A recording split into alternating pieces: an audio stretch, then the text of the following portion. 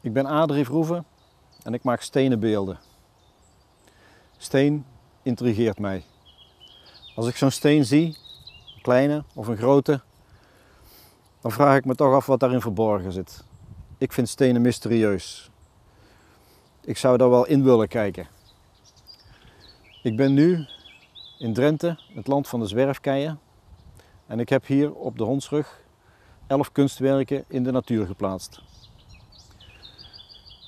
Het begint in Emmen, voor het VVV. Daar liggen de eerste 3 stenen. 3 glad gepolijste stenen die bij elkaar liggen. 2 zwarte en een rode. Ze zijn duidelijk op elkaar gericht. Dat is heel gek dat stenen dat doen, maar ze doen het wel. Dit werk heet stolp. Je zou kunnen zeggen, deze steen die lijkt een beetje op een stolp. Dat is ook zo, maar het is ook een beetje dat die ruwe steen, daar ligt een beetje een stolp over de kern heen. Het beeld bestaat dus uit 2 stenen, een ruwe en een gladde. En die gladde steen, dat is ook een ruwe zwerfsteen geweest. Alleen is zijn hart blootgelegd, zou je kunnen zeggen. Het zijn nu dus 2 manieren waarop de steen zich laat zien. Dit beeld heet Aankomstplaats. Het is een titel die gebaseerd is op het zelforganiserend vermogen van stenen. Als stenen worden afgezet door een rivier of door het ijs, dan zie je dat de kleintjes verder meegenomen zijn dan de grote. Dus je ziet op een gegeven moment in een grindbed dat de kleine bij elkaar liggen en de grote bij elkaar liggen. En dat verschijnsel noemt men het zelforganiserend vermogen. Dit is een serie van stenen van groot naar klein. En die liggen hier bij elkaar. En je kunt er tussendoor lopen. Dat vind ik zelf heel mooi. Zo kun je een beetje tussen de stenen vertoeven. Dit beeld heet Terugblik. Stenen zijn heel oud en geven een beeld van heel lang geleden. Het is 1 steen die hier in het landschap ligt. 1 steen in het groen, die helemaal in zichzelf gekeerd is. Je zou kunnen zeggen, alle toevallige uitsteeksels die aan de steen zaten, zijn ervan afgehaald. En wat je overhoudt, is een soort consistente kern. Hij ligt hier in zijn eentje tussen het groen. En dan zie je ook het verschil met het groen. Dode of levende materie, zegt men ook wel. Het eigene van die levende materie is wel dat die heel kort leeft. Zeker in vergelijking met zo'n steen. Dus ik heb ook wel een beetje het idee dat zo'n steen eigenlijk veel exemplarischer is voor het bestaan dan dat wij dat zijn. De titel van dit beeld is Vulkanisch verlangen. Deze grote ruwe steen is een basaltlava. Een vulkanisch gesteente dus. Die gladde steen die er tegenaan ligt, dat is een impala, een graniet uit Afrika.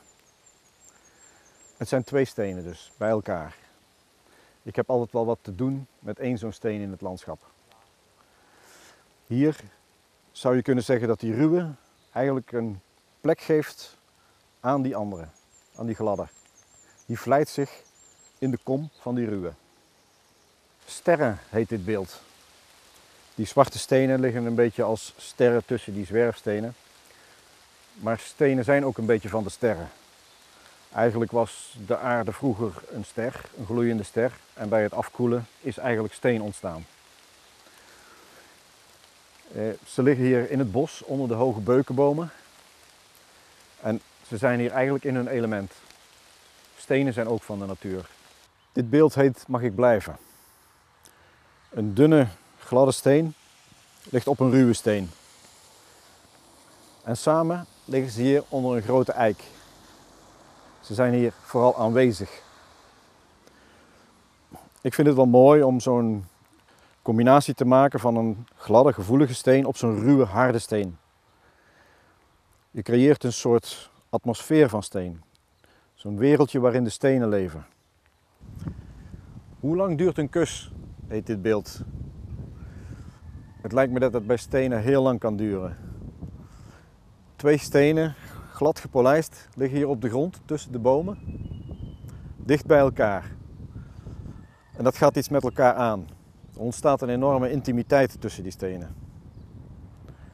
Ik merk zelf dat ik dat element van die intimiteit, verbondenheid, dat heel vaak terugkomt in mijn beelden. Picknick heet dit beeld. Een beetje verwijzend naar het verblijven in het landschap.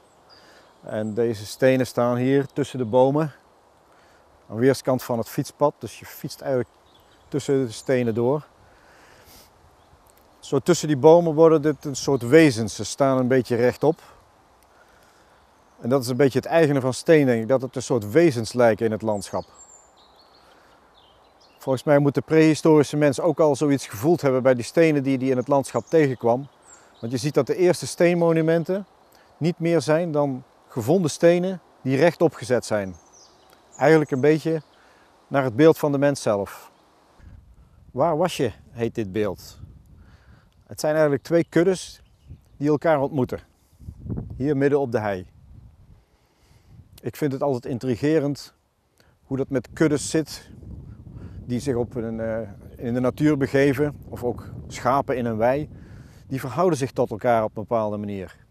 Er zit een soort verband in. Het zijn individuen, maar ze zijn ook samen. Je ziet dat bij vogels die als een zwerm door de lucht kunnen vliegen en als een wolk zich bewegen in de lucht. En die vogels die raken elkaar niet. En zo doen vissen dat ook in scholen in het water. En stenen hebben eigenlijk ook een manier om bij elkaar te liggen. Er is een stenige manier waarop ze zich met elkaar verhouden. IJs en water heet dit beeld. Eén steen, glad geschuurd, wat een zwerfkei was. Zij was grillig en nu is hij heel strak gevormd en glad. Dat ijs en water verwijst natuurlijk naar de elementen die de stenen ook zo maken. Vergelijk het met grind. Hij ligt hier in zijn eentje op het gras, uitnodigend te zijn. Dat doet hij omdat hij zo glad en aaibaar is. En dat doe ik natuurlijk niet voor niets, om hem zo aaibaar te maken.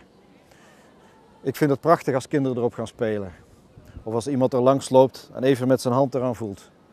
Dan heb ik een beetje het gevoel dat ik de kijker mee heb genomen naar de wereld van de stenen.